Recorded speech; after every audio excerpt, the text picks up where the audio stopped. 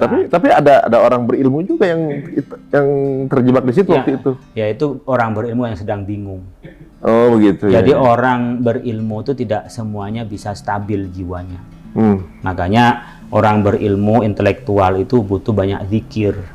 Kalau hanya fikir saja bisa sesat. Fikir ini kan hanya kemampuan logik.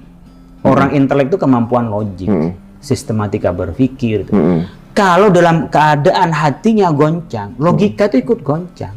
Nah, cuma gini ya, orang pinter nih, orang pinter intelektual, profesor, teman-teman kami yang di perguruan tinggi kadang profesor. Kalau diomelin istrinya, itu goblok mendadak.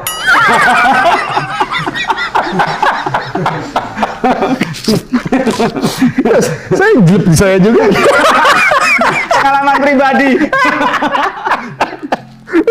Orang mohon maaf ya, yang gagah di luar perkasa, diomelin istrinya. Ada nggak yang itu ada orang berani sama istrinya? Iya benar. Jadi itu apa? Dalam keadaan kejiwaan tidak stabil, benar. yang sudah pinter, yang jenderal, yang gagah perkasa, itu jadi kayak nurut-nurut aja gitu. Nurut-nurut aja dan kayak orang gendeng, diomelin udah kayak nggak bisa natap aja ke istrinya, nggak berani kan gitu.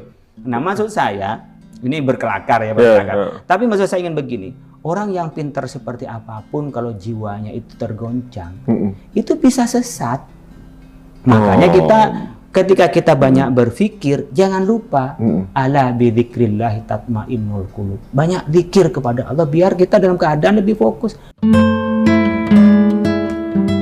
Kalau Anda dalam keadaan marah-marah, Anda pasti nggak bisa berpikir objektif. La yahkumul hakim wa watban. Tidak boleh seorang memutuskan seorang hakim terhadap keputusan dalam keadaan marah. Artinya jiwa goncang mempengaruhi objektivitas orang. Objektivitas itu pola pikir. Nah, untuk ihdinas siratal mustaqim, kan kita baca itu setiap kita sholat. Luruskan ya Allah, kami tunjukkan pada jalan yang benar. Karena kadang-kadang pola pikir yang menurut kita benar menjadi tidak benar. Mata itu bisa beda memandang ketika dalam keadaan Anda cinta, cantik sekali. Pas bercerai, jelek sekali. Itu kan hanya karena kondisi, padahal orang itu juga. Oleh karena itu, kalau kita hanya dengan misalnya pola pikir begitu, ya, tidak bisa menjamin orang bisa selamat dari kesesatan. Zikirlah yang bisa menuntun itu. Nah iya benar juga ya, ini relate dengan apa yang sedang lagi heboh nih, masalah yang viral gitu ya. Dengan pangkat setinggi apapun, urusannya dengan istri bisa gelap mata gitu ya. Gelap mata. Ya karena itu dia tadi ya. Iya, udah kadang ketika marah, kayak itu jin bisa masuk nggak? Pengaruh nggak ke di emosi memang bisa saja. Biasanya itu lebih kuat persoalan kejiwaan, bukan faktor eksternal. Jin kan faktor eksternal. Kejiwaan itu faktor internal. Maka kalau Anda marah-marah, Nabi memerintahkan berwuduklah. Nah, gitu biar setan nggak masuk. Itu bukan jin, udah setan. Nah, ini udah setan, artinya godaan emosi yang menyesatkan kita. Kita kalau marah-marah jangan terus berdiri, duduk atau tidur-tiduran. Pokoknya orang suami istri berantem, udah duduk dulu. Nah, ketika duduk itu meredakan emosi. Itu internal. Sementara jin itu faktor eksternal. Gitu. Itu bedanya. Jadi pola dirinya kan kalau dalam Al-Qur'an disebutkan tentang ciri orang bertakwa, orang bertakwa itu wal kadhiminal ghaidha wal 'afina 'anil nas. Orang yang mampu menahan emosi, dia internal.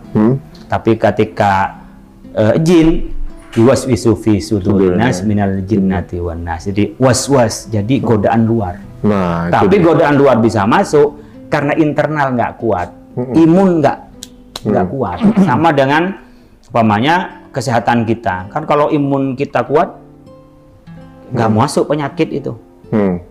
Dingin kayak seperti apapun, angin nyaman kita menikmati. Coba lagi meriang. Angin sepoi-sepoi kita meriang, nggak nyaman. Nah gitu juga ketika kondisi kita nggak stabil, emosi, nah itu mudah kita masuk setan, masuk jin masuk tuh mudah masuk. Ada pintunya jadi ada pintu. Melarang kemungkaran itu tidak boleh dengan cara mungkar. Mempermalukan orang gitu kan. Kemudian malah ria, ya itu tidak boleh.